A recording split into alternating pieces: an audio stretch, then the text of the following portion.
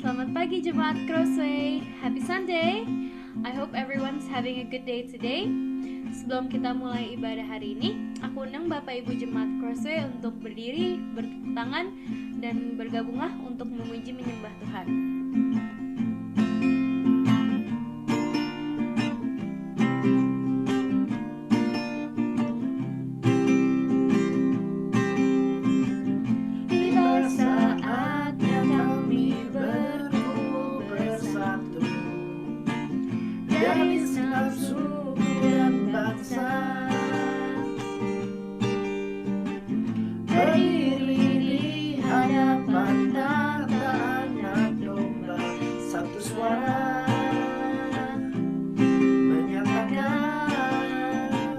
Dari atas. Tiba saatnya kami berkumpul bersatu dari segenap suku dan bangsa, berdiri di hadapan tahta Anak Domba, satu suara menyatakan keselamatan dari Allah yang duduk dan bertahta. Kami naikkan pada Anak Domba pujian dan kekuatan, hormat dan kekuasaan, kemuliaan bagi Dia selamanya.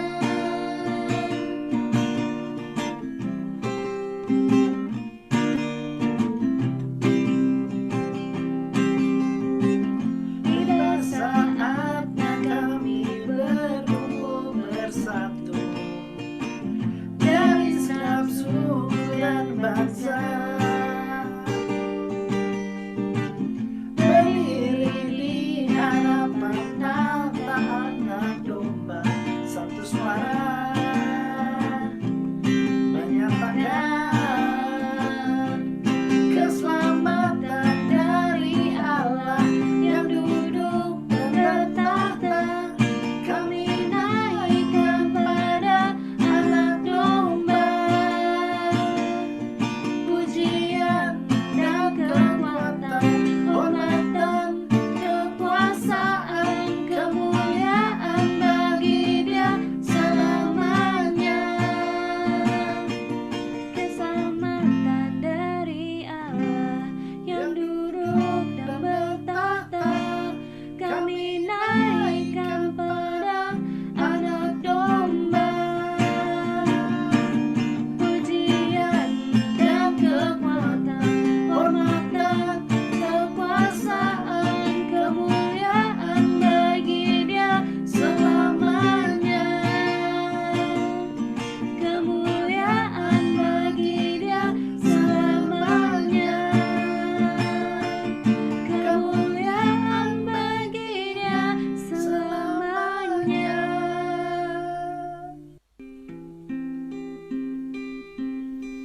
Sebelum kita mendengarkan firman hari ini, aku mengundang Bapak Ibu Jemaat untuk bergabung dalam pujian terakhir. Mari kita siapkan hati kita untuk menyembah Tuhan kita pada pagi hari ini. Mari kita senangkan hati Tuhan kita. Tuhanku mau menyenangkan-Mu, Tuhan bentuklah hati ini jadi bejana untuk hormat-Mu. Cemerlang bagai emas murni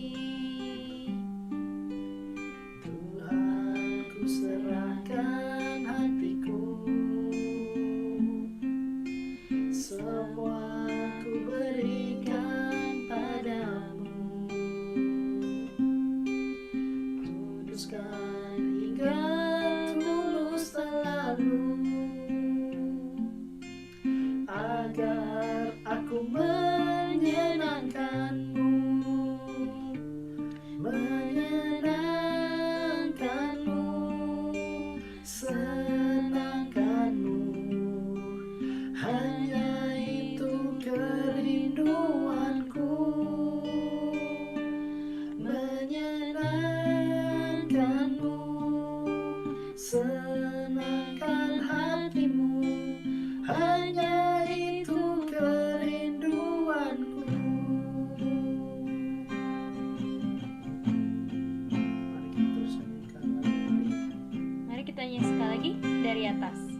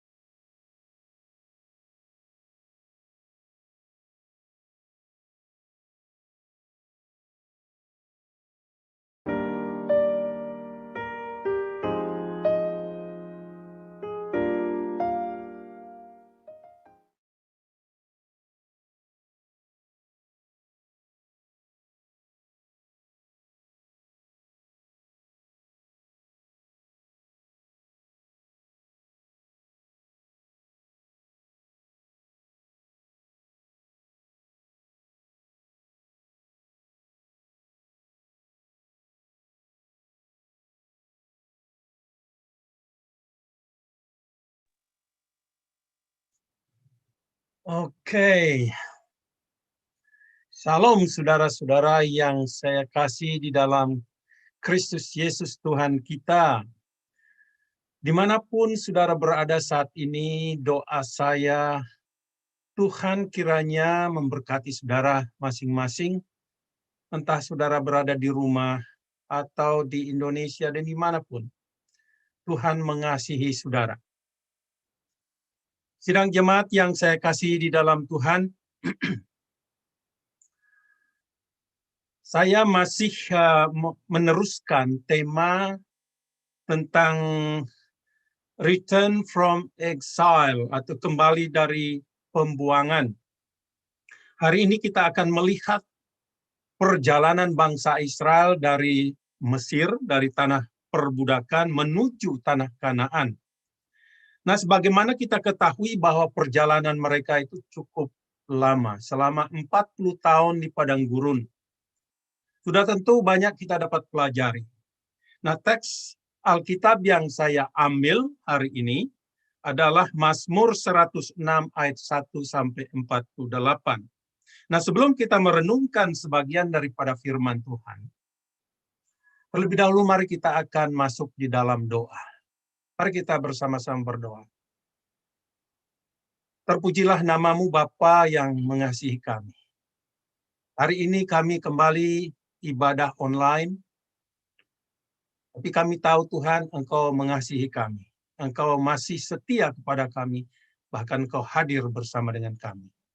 Kami mohon kiranya Engkau berbicara lewat firman-Mu, supaya hati kami yang gersang sungguh-sungguh diberkati, sehingga bagaikan tanah yang kering menerima air surgawi, yang menyejukkan, yang menyuburkan. Siapkan hati kami ketika kami menerima firman-Mu. Biarlah firman Tuhan mendapat tempat dalam hati kami. Ibadah ini saya serahkan di dalam nama Allah Bapa, Allah Putra, dan Roh Kudus. Berkati kami semua, dari awal, pertengahan, hingga akhirnya. Amin. Saudara, mari kita melihat Mazmur 106 ayat 1 sampai 48. Namun saya tidak akan membacakannya karena terlalu panjang. Saya mohon saudara nanti pulang bisa membaca sendiri. Nah, ayat demi ayat saya akan tunjukkan di dalam Alkitab, di dalam khotbah saya. Karena ini berbicara tentang perjalanan bangsa Israel selama 40 tahun. Apa yang kita dapat pelajari? Nah, saudara yang kekasih di dalam Tuhan, sebagai orang percaya, kita memiliki dua bagian Alkitab. Ya, ini Perjanjian Lama dan Perjanjian Baru. Yang disebut oleh para teolog adalah sejarah suci. Ya. Dikatakan sejarah suci karena Allah berperan di dalam perjalanan kehidupan bangsa Israel yang katakan manusia yang diciptakannya. Nah, saudara, dalam Perjanjian Lama kita perlu belajar tentang hubungan bangsa Israel dengan Allah dan sebaliknya. Kita perlu belajar tentang keberhasilan mereka, tapi juga perlu belajar dari kegagalan mereka ketika mereka mengikuti Tuhan. Saudara, menyinggung kitab Perjanjian Lama, Rasul Paulus dalam kitab Roma berkata, Roma 15 ayat 4 berkata, sebab segala sesuatu yang ditulis dahulu telah ditulis untuk menjadi pelajaran bagi kita, supaya kita teguh berpegang pada pengharapan oleh kekuatan dan penghiburan dari kitab suci. Jelas sekali saudara-saudara, Paulus mengajarkan kita menengok Perjanjian Lama. Apa yang terjadi di sana? Karena semua kejadian-kejadian apa yang ditulis dalam Perjanjian Lama menjadi pelajaran bagi kita semua yang hidup di zaman ini.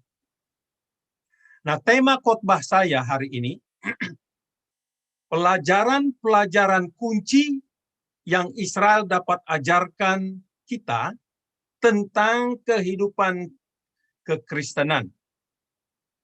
Ya, tentang kehidupan kekristenan. Saudara, saya menemukan ada paling tidak 10 pelajaran yang sangat penting yang perlu kita simak, kita ambil, kita terapkan dalam hidup kita. Yang pertama, mari kita melihat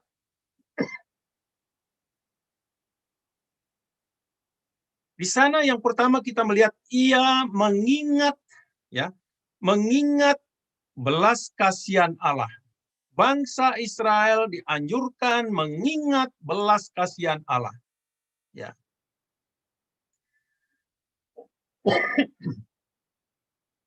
Dalam ayat yang ke-7 dikatakan begini. Nenek moyang kami di Mesir tidak mengerti perbuatan-perbuatanmu yang ajaib.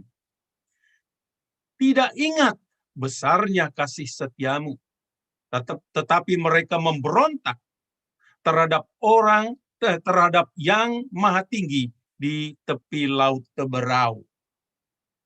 Saudaraku yang kekasih dalam Tuhan, bangsa Israel telah menyaksikan perbuatan-perbuatan Allah yang ajaib. Seperti halnya bagaimana Allah menghukum Mesir yang telah memperbudak bangsa Israel dengan 10 tulah demi melepaskan bangsa Israel dari perbudakan di Mesir. Namun, saudara-saudara, mereka tidak mengerti mengapa Allah berbuat seperti itu. Dan sekarang ketika akan menyeberang laut, yaitu Laut Teberau, Laut Merah, mereka meragukan kalau Allah sanggup menyelamatkan mereka lagi. Karena ragu akan kuasa Allah, akhirnya apa yang terjadi? Mereka memberontak, dikatakan. Memberontak kepada Allah. Saudara, seperti halnya bangsa Israel. Betapa mudahnya, saudara, betapa mudahnya kita berpikir negatif. Ketika kita menghadapi kesulitan-kesulitan dalam hidup kita. Sebagai akibatnya, kita sering bertanya kepada Tuhan, mengapa kok begini Tuhan? Mengapa ini terjadi dalam hidup saya? Bukan saja bertanya kadang-kadang, bukan saja kita bertanya kepada Tuhan, tetapi kita mulai menyalahkan Tuhan. Kita mulai menyalahkan lingkungan, mulai menyalahkan orang lain. Mengapa dan mengapa? Sebaliknya, saudara-saudara, ketika menerima berkat, ini yang terjadi. Kita lupa mengucap syukur. Kita komplain kalau kita menghadapi masalah. Tetapi ketika menerima berkat, kita lupa mengucap syukur. Karena kita pikir itu atas usaha kita. Atas kekuatan kita. Saya berikan contoh, masalah yang sepele saja ya. Ketika kita bangun pagi, kalau bukan karena kemurahan Tuhan, kita tidak akan bisa bangun, saudara-saudara. Simple kan? Ada berapa di antara kita begitu bangun mengucap syukur berterima kasih atas cuaca, atas apa saja yang Tuhan sediakan sehari? Berapa dari antara saudara mengucap syukur bisa ibadah walaupun hanya online? Saudara duduk sambil ngopi, sambil breakfast, menikmati firman Tuhan. Apakah saudara mengucap syukur? Karena itu saudara seharusnya kita mengingat apa yang telah Allah lakukan bagi kita. Itu yang membuat kita mengucap syukur. Karena itu seharusnya kita mengingat apa yang Tuhan telah kerjakan di hari-hari sebelumnya. Secara khusus, saudara-saudara, mari kita mengingat karya Yesus di kayu salib. Yang begitu besar. Dia telah mengorbankan hidupnya. Kita ada oleh karena dia. Kita boleh bebas dari dosa oleh karena dia. Oleh sebab itu, saudara, kita sepatutnya dihukum. Bangsa Israel sepatutnya dihukum ya. Tapi Tuhan berbelas kasihan. Mari kita ingat belas kasihannya Tuhan yang membawa kita masuk dalam perjanjiannya, dalam persekutuannya dengan Dia. Pelajaran yang kedua, apa yang kita dapat pelajari? Saudara, yang kedua, Allah mau dimuliakan melalui kehidupan kita. Ya, Allah mau dimuliakan melalui kehidupan kita. Ayat yang ke-8 berkata, namun diselamatkannya mereka oleh karena namanya, untuk memperkenalkan keperkasaannya. Ini luar biasa.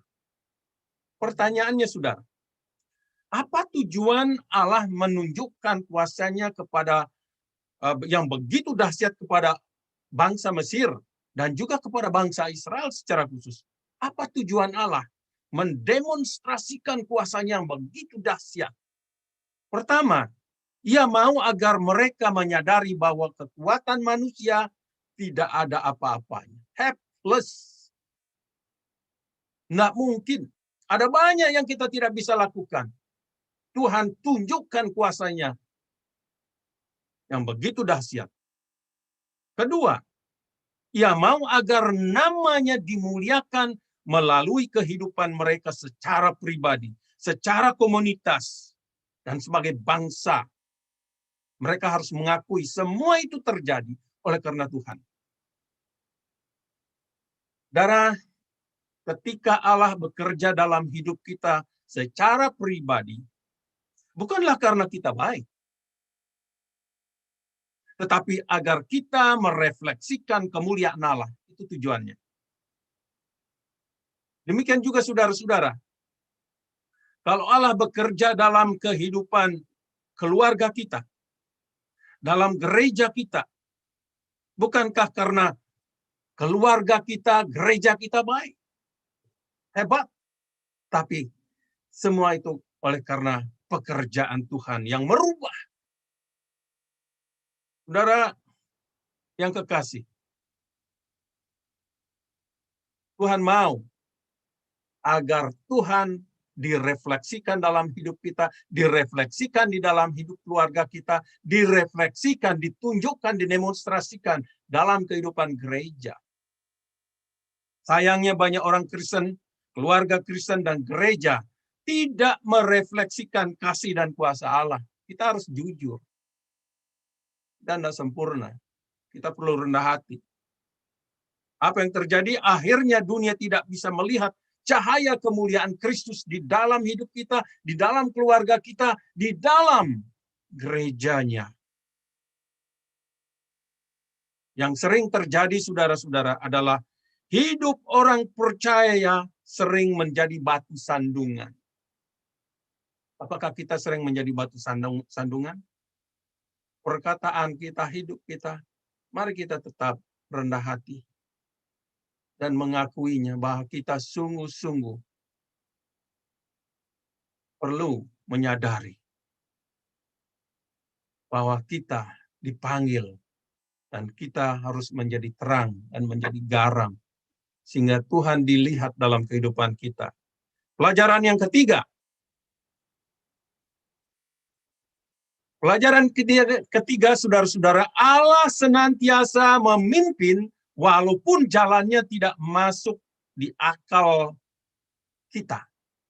Ya. Saudara, dalam ayat 9 dikatakan, dihardiknya laut teberau sehingga kering. Wah, luar biasa. Di bawahnya mereka berjalan melalui samudra raya seperti melalui padang gurun. Itu cara Tuhan memimpin. Bangsa Israel pasti belum pernah melihat bagaimana cara Allah membelah air laut. Dan kemudian menyuruh mereka berjalan di samudra yang begitu luas dan kering. Di tanah kering. Itu jelas bukanlah rencana gagasan yang ada dalam pikiran mereka selama ini. Karena apa yang tidak dipikirkan sebelumnya, apa yang tidak dilihat mata sebelumnya, itulah yang Tuhan tunjukkan. Itulah cara Allah menyelamatkan mereka. Sama halnya saudara-saudara, saya sendiri sering tidak mengerti apa yang Allah kerjakan, sudah kerjakan, sedang kerjakan dalam hidup saya. Namun saya harus percaya kepadanya, bahwa Dia, ya Tuhan, bekerja dalam hidup saya. Misalnya, saya tidak mengerti mengapa saya dibesarkan di masa perang di Sulawesi saat itu. Sehingga saya mengalami dan keluarga kami mengalami satu kehidupan yang begitu sulit. Makan saja sulit. Dan bahkan secara berulang kali, keluarga kami kena sakit malaria. Dan sangat berat sekali. Dan juga saya pikirkan, sekolah saja begitu sulit. Harus jalan begitu jauh. Mengapa dan mengapa? Kemudian juga saya bertanya, mengapa Tuhan memanggil saya untuk menjadi pelayannya walaupun yang pertama saya tolak, saya tidak mau. Saya tidak merasa layak. Mengapa? Setelah saya renungkan, saudara, dengan saksama, sekarang saya tahu dan mengerti, itulah cara Tuhan bekerja di dalam kehidupan saya. Tuhan hanya minta satu hal, percaya. Dia memimpin hidup saya. Saya ingin bertanya kepada saudara, apakah saudara pernah bertanya kepada Tuhan? Mengapa Tuhan memimpin saudara di jalan yang tidak pernah saudara pikirkan? Bahkan tidak masuk akal. Saudara mungkin berada di Australia tidak masuk akal. Saudara dikasih pekerjaan kok tidak masuk akal. Ya, ada banyak yang tidak masuk akal, tetapi itu Tuhan memimpin saudara ke sana. Di jalan seperti itu. Tuhan hanya minta satu hal, percaya. Aku sedang memimpinmu. Kalau saudara menemukan kesulitan, Tuhan sedang memimpin di sana. Tuhan menunjukkan kuasanya kepada kita. Pelajaran yang keempat. Percaya akan firman-Nya. Ayat 12. Berkata, ketika itu percayalah mereka kepada segala firman-Nya. Segala firman-Nya. Ya. Mereka menyanyikan puji-pujiannya. Saudara, apakah saudara pernah berpikir bahwa Alkitab adalah pemberian yang sangat berharga? A precious gift for you and for me. Mengapa? Karena Alkitab penuh dengan janji-janji Allah yang luar biasa janjinya kepada kita. Di dalam Alkitab kita menemukan kata dorongan-dorongan Allah untuk kita. Kita semua memerlukan dorongan, diberikan semangat ketika kita membaca firman Tuhan. Ketika kita membaca firman Tuhan, kita banyak dihibur. Saya menemukan ini berulang-ulang kali. Dalam kesulitan-kesulitan ketika saya membaca firman Tuhan, saya dikuatkan, saya dihibur, saya diberikan dorongan untuk tetap maju, tetap semangat. Saudara yang kekasih, dalam Alkitab kita menemukan bahwa Allah setia. Allah yang kita sembah adalah Allah yang setia, karena itu kita dapat bertahan menghadapi tantangan hidup setiap hari. Allah itu setia. Walaupun kita melihat kita berada di tempat yang sulit, disitulah Tuhan membuktikan Dia itu setia. Kepada Yosua dalam Perjanjian Lama, cerita Yosua sebagai pengganti Musa, Yosua merasa takut untuk memimpin bangsa Israel karena sebelumnya dia menyaksikan bagaimana bangsa Israel sering mengkritik Musa habis-habisan. Bangsa Israel keras kepala. Hidup semau gue. Nah, sekarang bayangkan, begitu Musa meninggal, Yosua ditunjuk untuk menggantikan, meneruskannya. Ini tidak mudah. Yosua takut, tapi Tuhan berfirman kepadanya. Dalam Yosua pasal 1 ayat 9. Janganlah kecut dan tawar hati, sebab Tuhan Allahmu menyertai engkau kemanapun engkau pergi. Wah, ini luar biasa.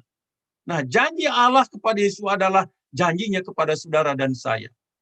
Ayat ini saya pegang teguh dari sejak saya menyerahkan hidup, dari sejak saya melayani. Saya tahu melayani Tuhan ini tidak mudah. Ada oposisi yang bekerja terus-menerus, menghalangi dan menghalangi hidup saya untuk melayani.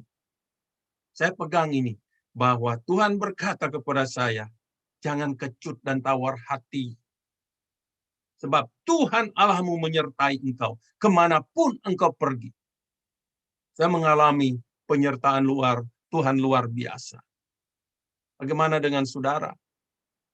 Pelajaran yang kelima. Di ayat yang ke-12. Menyanyikan puji-pujian kepadanya. Saudara yang kekasih, ketika itu dikatakan, Percayalah mereka kepada segala firman-Nya, mereka menyanyikan puji-pujian kepadanya. Ketika bangsa Israel melihat bahwa musuh mereka, yakni tentara Mesir saat itu, yang mengepung mereka, akhirnya ditenggelamkan di dalam lautan, Laut Teberau. Mereka tidak saja percaya akan firman Allah, bahwa Allah sanggup sesuai dengan firman-Nya mengalahkan musuh mereka, tetapi membuat mereka memuji-muji Tuhan dengan lagu-lagu pujian. Itu luar biasa. Pertanyaannya, seperti bangsa Israel yang mengalami penyertaan Tuhan, apakah ada perkara-perkara yang membuat saudara memuji Tuhan hari ini? Dengan satu tindakan. Memuji Tuhan bukan saja keluar dari mulut kita, tapi ada tindakan yang nyata. Mungkin karena kasih-Nya saudara memuji Tuhan. Karena kebaikan-Nya saudara memuji Tuhan. Karena pemeliharaannya saudara memuji Tuhan. Dan karena pertolongannya saudara memuji Tuhan. Ya, mungkin pertolongan secara pribadi, pertolongan dalam keluarga saudara. Apa yang membuat saudara memuji Tuhan hari ini? Apa yang akan membuat saudara memuji Tuhan untuk hari esok dan seterusnya? Apakah saudara hanya memuji Tuhan karena saudara ditunjukkan kebaikan kepada Tuhan? Itu pertanyaan yang perlu kita jawab. Sekarang pelajaran yang keenam. Menantikan nasihat-Nya. Menantikan nasihat Tuhan. Di dalam ayat 13 dikatakan, tetapi segera mereka melupakan perbuatan-perbuatannya dan tidak menantikan nasihat-Nya. Sangat-sangat menyedihkan. Baru saja di ayat 12 kita baca, mereka percaya akan firman Tuhan dan memuji-muji kebesaran Tuhan. Tetapi dikatakan segera sesudah itu mereka melupakan perbuatannya dan tidak menantikan nasihat-Nya. Wow, mengapa saudara-saudara bisa terjadi hal ini? Sama seperti berkata waktu ibadah, puji Tuhan, haleluya, keluar dari gedung gereja, haleluya. Saudara yang kekasih, seperti bangsa Israel, kita harus mengakui bahwa begitu sering dalam mengambil keputusan, kita tidak sabar alias tergesa-gesa. Kita sering lebih cenderung mengikuti kehendak kita, kemauan kita, karena seolah-olah itu menjamin. Kita merasa serba tahu, saudara-saudara. Biasanya kalau kita mengambil keputusan, karena kita merasa mampu, kita merasa tahu, serba tahu. Sehingga tidak mau minta nasihat dari Tuhan, dan kita menutup telinga untuk mendengarkan suaranya. Kita mengambil ayat-ayat biasanya untuk membenarkan keputusan kita. Ini celaka. Ya, banyak sekali orang pandai mengutip ayat. Oh, Tuhan berbicara lewat ayat ini, keputusan saya benar dan lain sebagainya. Akhirnya kita tidak menerima berkat Tuhan yang seharusnya kita terima karena kita mendengarkan suara Tuhan. Tapi karena kita tidak mendengarkan suara Tuhan, berkat itu tidak kita terima. Saudara, menanti bukannya pekerjaan yang mudah. Sangat tidak mudah. Tetapi sering diperlukan ketika kita ingin mengetahui kehendak Allah dan menaati Dia. Ini termasuk dalam mencari pekerjaan, termasuk dalam mencari jodoh. Ya. Setiap hari kita perlu mendengarkan firman Tuhan. Keputusan-keputusan yang kita ambil itu setiap hari ada banyak sekali, sudah. Ada banyak. Tapi mari kita mendengar suara Tuhan. Baca Alkitab. Jangan cepat ambil keputusan. Saya kasih ilustrasi, sekitar 20 tahun yang lalu, ada seorang berkata kepada saya, Pak, saya disuruh pindah ke gereja A. Oh ya? Bagaimana Anda tahu? Tuhan bicara kepada saya. Wah, hebat. Belum berapa lama, baru 6 bulan di gereja itu. Dia sudah pindah lagi ke gereja lain. Lalu saya tanya, kenapa pindah? Tuhan suruh saya pindah. Oh ya? Begitu mudah kita mengambil keputusan dan berkata, itu suara Tuhan. Suara kita atau suara Tuhan? Hati-hati saudara-saudara. Kita perlu mendengarkan suara Tuhan, menantikan Tuhan sampai Dia berbicara kepada kita sesuai dengan firman. Dengan kata lain, kita harus dapat konfirmasi yang jelas dalam mengambil keputusan. Pelajaran ketujuh, inginkan, rindukan kehendak Allah di atas keinginan kita. Ya, rindukan atau inginkan kehendak Allah di atas keinginan kita. Ayat 15 berkata, diberikannya kepada mereka apa yang mereka minta. Wah, luar biasa. Apa yang mereka minta. Dan didatangkannya. Wah, ini yang kontrasnya di sini. Dan didatangkannya penyakit paru-paru di antara mereka. Saudara yang kekasih, ingat. Catat ini. Tidak semua yang kita minta kepada Tuhan sesuai dengan kehendaknya. Tidak semua. Demikian juga tidak semua jawaban doa. Katakanlah jawaban doa kita adalah kehendak Tuhan. Kita dapat sesuatu, kita sudah berdoa, terus dapat. Seperti halnya bangsa Israel di sini.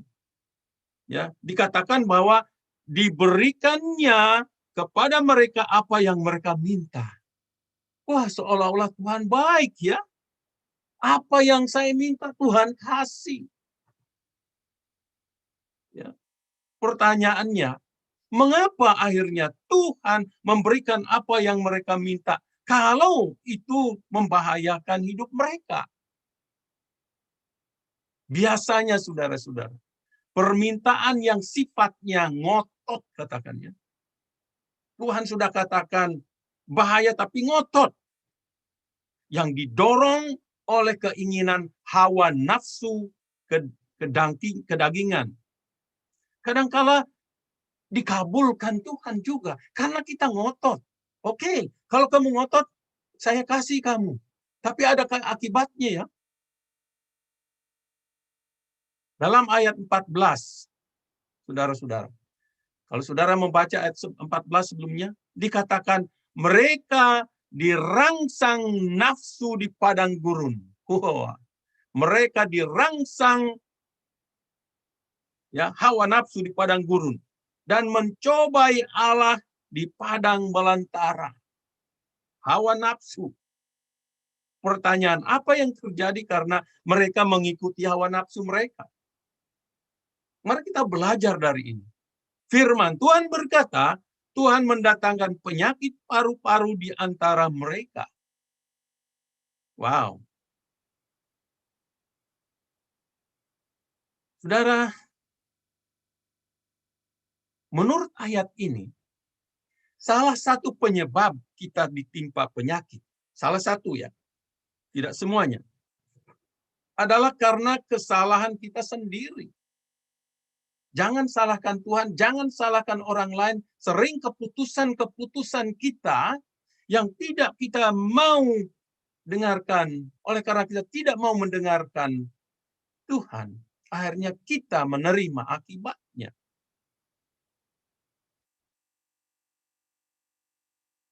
Kadang saya berpikir, saudara-saudara. Kadang saya berpikir, ada kemungkinan kita kehilangan banyak berkat Tuhan. Karena kita gagal mendengarkan dan tidak mau dengan rela dengan kerelaan hati untuk menerima apa yang Tuhan kirim kepada kita. Kita tolak itu. Khususnya berkat rohani yang Tuhan kirim. Saudara, harta, materi, dan kenyamanan secara fisik sering menjadi penghalang untuk kita menerima berkat rohani. Karena terlalu banyaknya berkat-berkat jasmani, sehingga berkat rohani yang mau ditawarkan kita katakan tidak perlu lagi.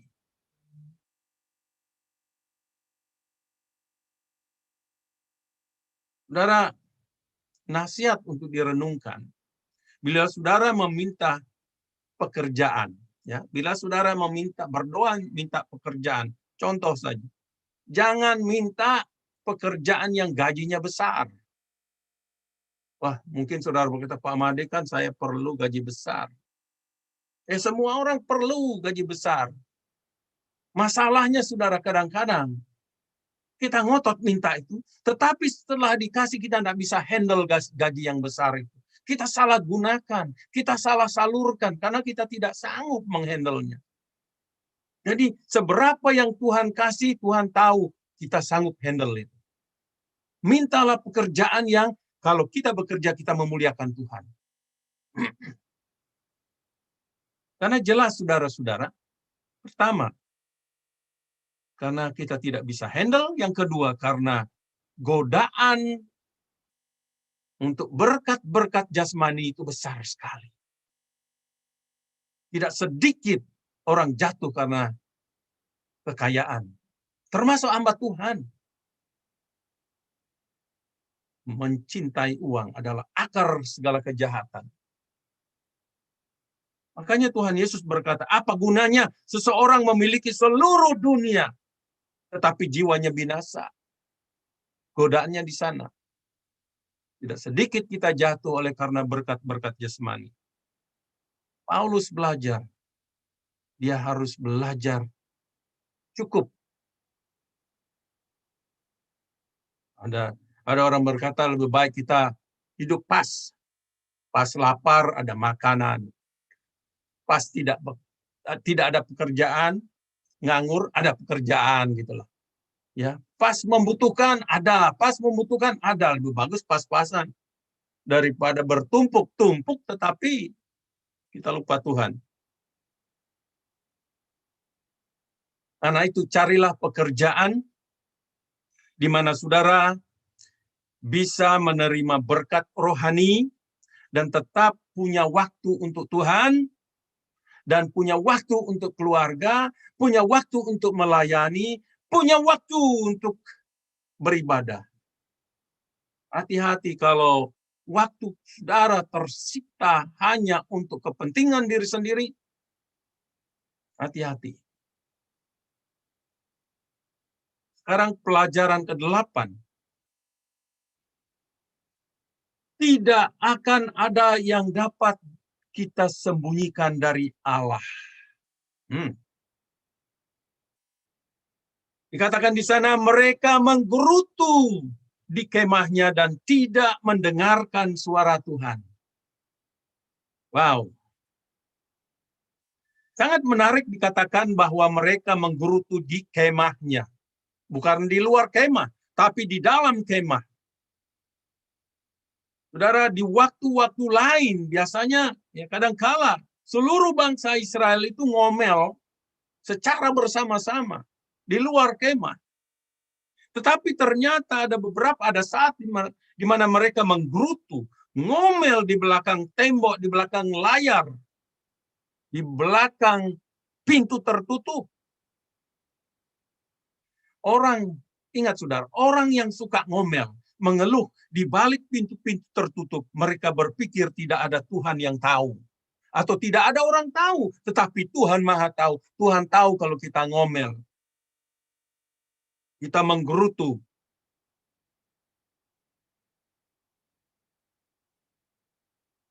Dan ternyata Tuhan tahu mereka mengeluh di kemah mereka masing-masing.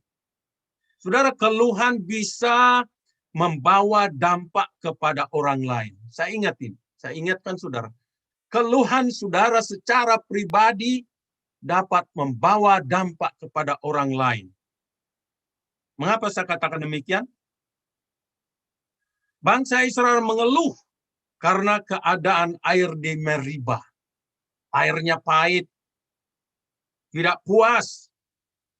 Mereka mengeluh. Akhirnya Musa kena celaka karena mereka. Ayat 32. Saya bisa kasih contoh secara praktikal, ya, secara praktis. Anak-anak banyak mengeluh. Ya, kalau kita punya anak sering mengeluh dan mengeluh, itu orang tua bisa naik darah, naik pitam, bisa banteng piring, bisa pukul mereka, marah. Keluhan-keluhan yang dilontarkan kepada orang tua. Kalau kita sebagai jemaat senangannya mengeluh dan mengeluh, pasti akan ada orang yang marah. Tapi ingat, Tuhan bisa bertindak pada kita yang merasa tidak puas dalam hidupnya.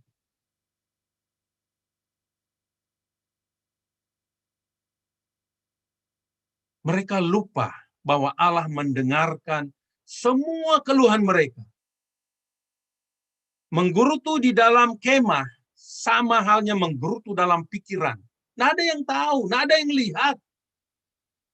Seseorang yang menggerutu, mengeluh dalam pikir dan hati, nggak ada yang tahu, tapi Tuhan yang tahu. Akhirnya Tuhan menyingkapkan. Karena Tuhan tahu persis. Kita menggerutu dalam pikiran kita karena kita tidak merasa puas. Karena tidak sesuai dengan keinginan kita, kemauan kita, apa yang kita terima. Kita menggerutu ketika melihat ada hal-hal yang tidak kita senangi dalam komunitas. Kita ngomel, mengeluh. Saudara, apakah saudara sedang menggerutu? Sedang mengeluh? Saya tidak tahu apa alasannya. Menggerutu dalam pikiran. Orang yang mengeluh, wajahnya tidak akan berseri-seri. Ingatlah Tuhan tahu dan mendengarkan keluhan saudara. Mendengarkan saudara menggerutu. Juga ingat keluhan kita membawa dampak kepada orang lain. Secara mental dan secara emosi. Saya berdoa hal ini tidak terjadi di dalam jemaat kita. Pelajaran ke-9. Tidak menaati Allah dapat membawa konsekuensi berkepanjangan yang kita tidak inginkan. Coba lihat ayat 34. Mereka tidak memunahkan bangsa-bangsa seperti yang diperintahkan Tuhan kepada mereka. Saudara, di ayat 35 sampai 42 digambarkan di sana, ya Mazmur 106 35 sampai 42, digambarkan tentang ketidaktaatan mereka dan sebagai akibatnya mereka menerima akibat yang negatif. Ketidaktaatan mereka didaftarkan di sana. Yang pertama itu, saya tidak sebutkan semuanya. Mereka tidak memunahkan bangsa-bangsa seperti yang diperintahkan Tuhan pada mereka. Ingat, zaman itu mereka hidup menurut hukum. Kalau Allah memberikan hukum, harus ditaati. Nah, seperti halnya Tuhan menyuruh bangsa Israel memunahkan,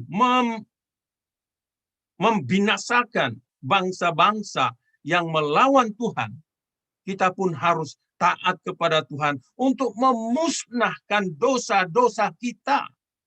Dosa-dosa dalam hidup kita yang pada dasarnya mendukakan hati Tuhan.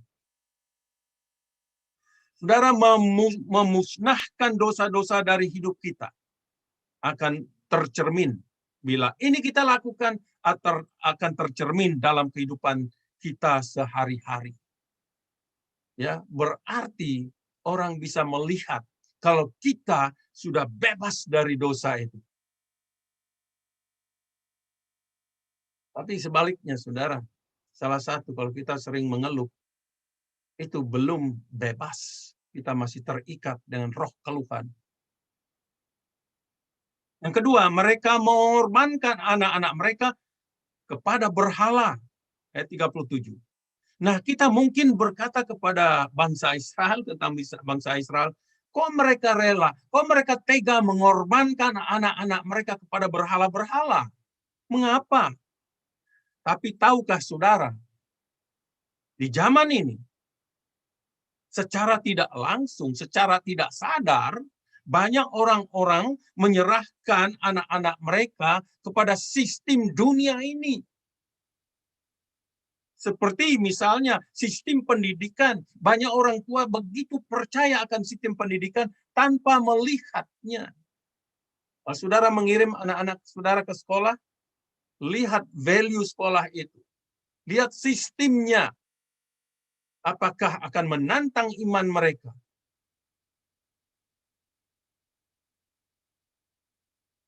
Beberapa hari lalu, seorang bapak curhat kepada saya, bukan dari gereja kita. Dia berkata dia punya 2 anak. Begitu tamat SMA, semua anaknya meninggalkan imannya. Hatinya hancur sebagai orang tua, hatinya hancur. Walaupun sudah demikian rupa mendidik anaknya, takut akan Tuhan. Tetapi di sekolah, imannya berubah.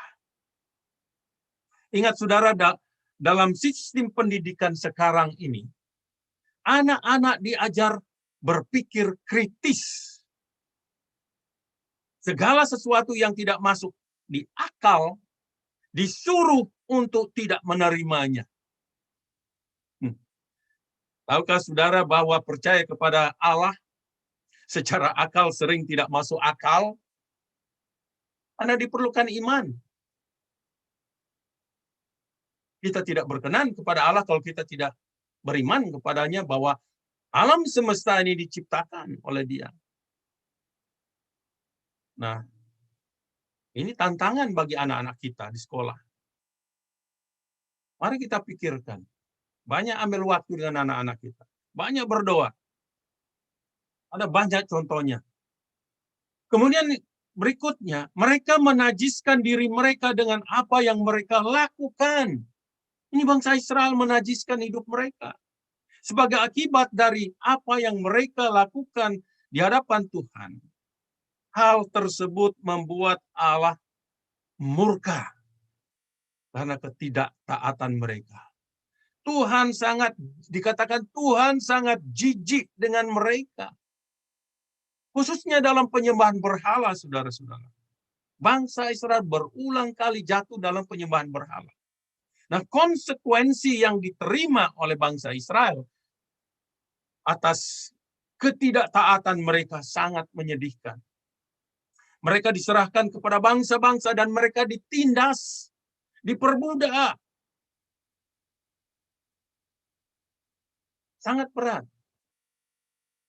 Ada banyak cara, saudara. Ada banyak cara kita menajiskan diri kita di hadapan Tuhan.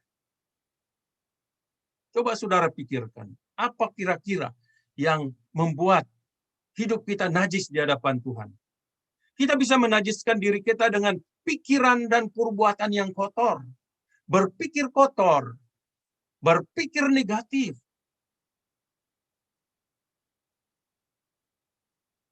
Menyinggung masalah hal yang najis, Tuhan Yesus berkata, apa yang keluar dari mulut berasal dari hati, dan itulah yang menajiskan orang. Berarti sumbernya hati. Hati yang tidak diperbaharui. Maka tindakan kita, perkataan kita akan menajiskan orang. Tidak heran kalau Nabi Yeremia berkata, betapa liciknya hati, lebih licik dari segala sesuatu. Hatinya sudah membatu, siapakah yang dapat mengetahuinya? Yeremia 17 ayat 9. Firman Tuhan dalam kitab Amsal juga berkata, jagalah hatimu dengan segala kewaspadaan karena dari situlah terpancar kehidupan. Saudara, salah satu cara menjaga hati kita harus belajar seperti Daud. Dalam doanya ia berkata, selidikilah aku ya Allah, dan kenali hatiku, ujilah aku dan kenalilah pikiran-pikiranku. Mazmur 139 ayat 23 dan 24. Daud mempunyai alasan berdoa seperti itu karena dia tidak tahu akan kondisi hatinya yang sebenarnya. Apakah saudara dan saya tahu kondisi hati kita? Apakah saudara sedang menajiskan pikiran dan hati saudara? Hanya Tuhan yang tahu. Saya tidak tahu dan tidak ada seorang pun yang tahu. Yang ke-10 yang terakhir. Pelajaran yang kita perlu ambil. Walaupun kita gagal, ya, walaupun kita gagal, Allah mendengarkan jeritan kita. Kalau kita sudah desperate menjerit kepada Tuhan, dia dengarkan kita. Ayat 44 dikatakan, namun ia menilik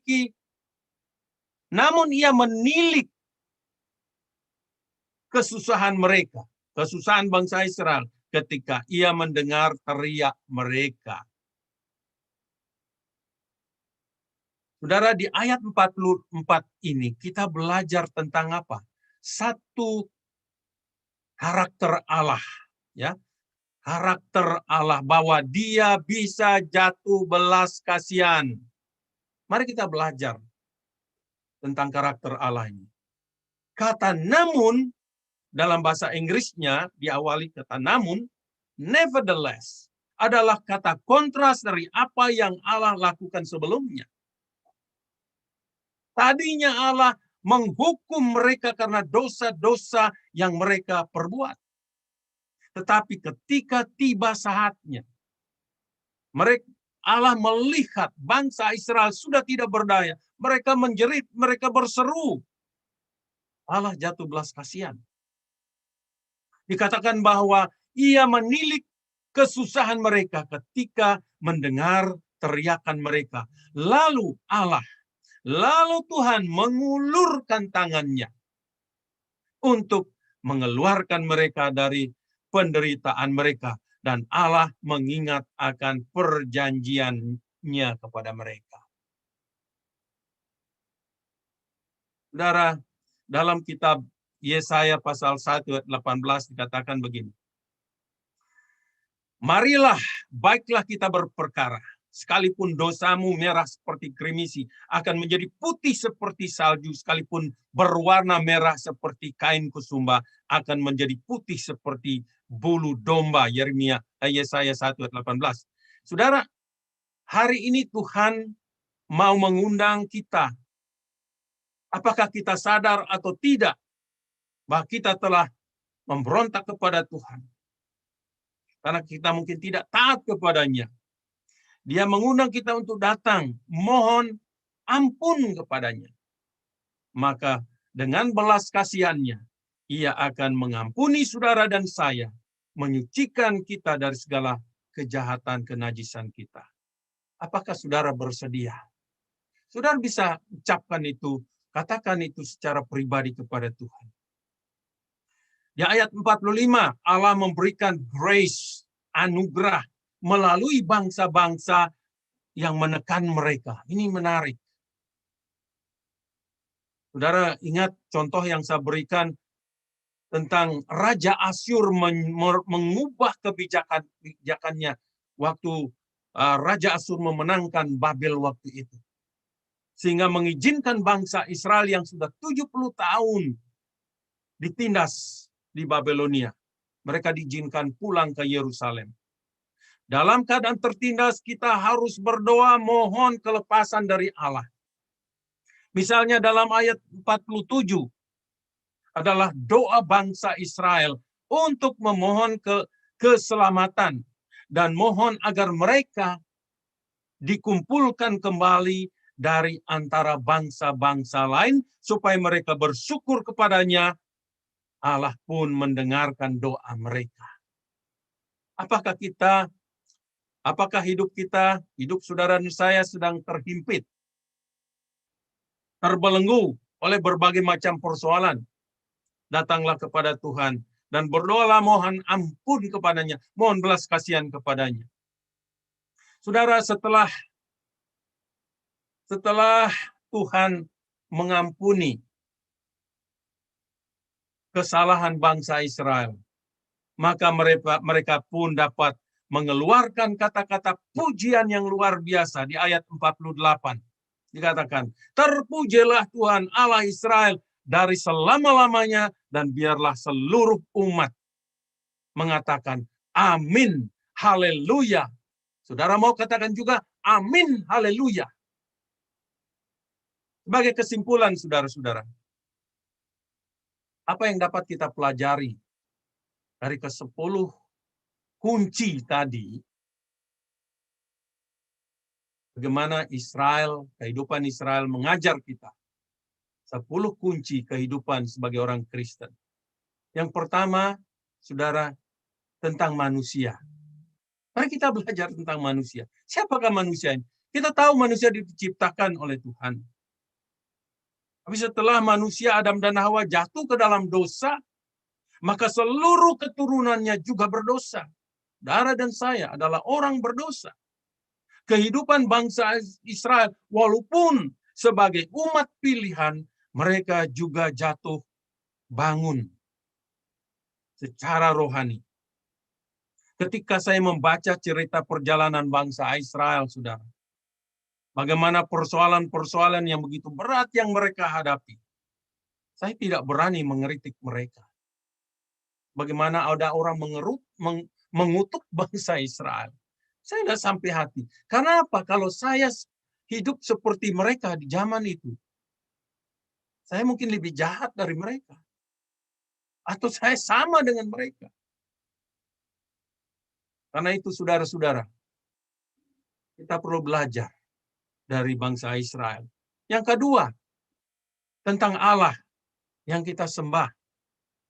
Saya banyak belajar tentang karakter Tuhan di sini dalam cerita yang baru saya sampaikan di Mazmur 106 ini.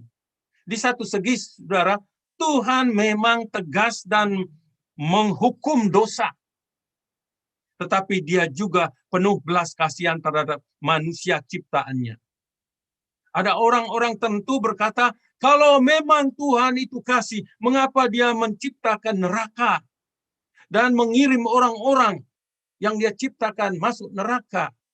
Ada orang berkata, kalau Tuhan itu kasih, kenapa dia biarkan banyak orang di Afrika kelaparan? Mereka tidak melihat keputusan-keputusan manusia yang membuat banyak orang menderita di dunia ini. Mereka lupa bahwa neraka itu diciptakan, ya, oleh karena pemberontakan iblis dan para pengikutnya. Tapi Tuhan juga menciptakan surga bagi yang percaya kepadanya. Sehingga dia pergi menyediakan tempat bagi kita. Dan satu saat dia akan datang kembali membawa kita ke sana. Jadi saudara-saudara, dari awal Allah sudah memberikan kebebasan memilih kepada bangsa Israel termasuk kita. Pilih neraka atau surga. Allah itu adil.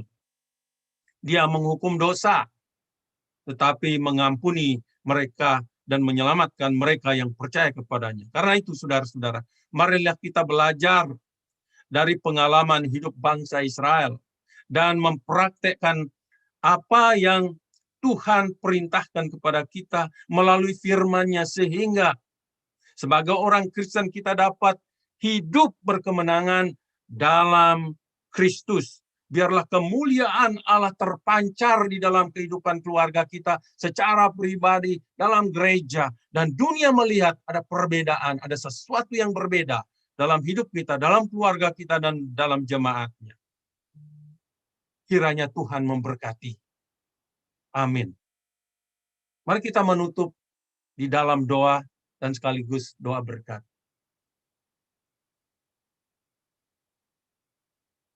Bapa Surgawi, terima kasih untuk firman-Mu. Terima kasih Tuhan karena Engkau mengasihi kami.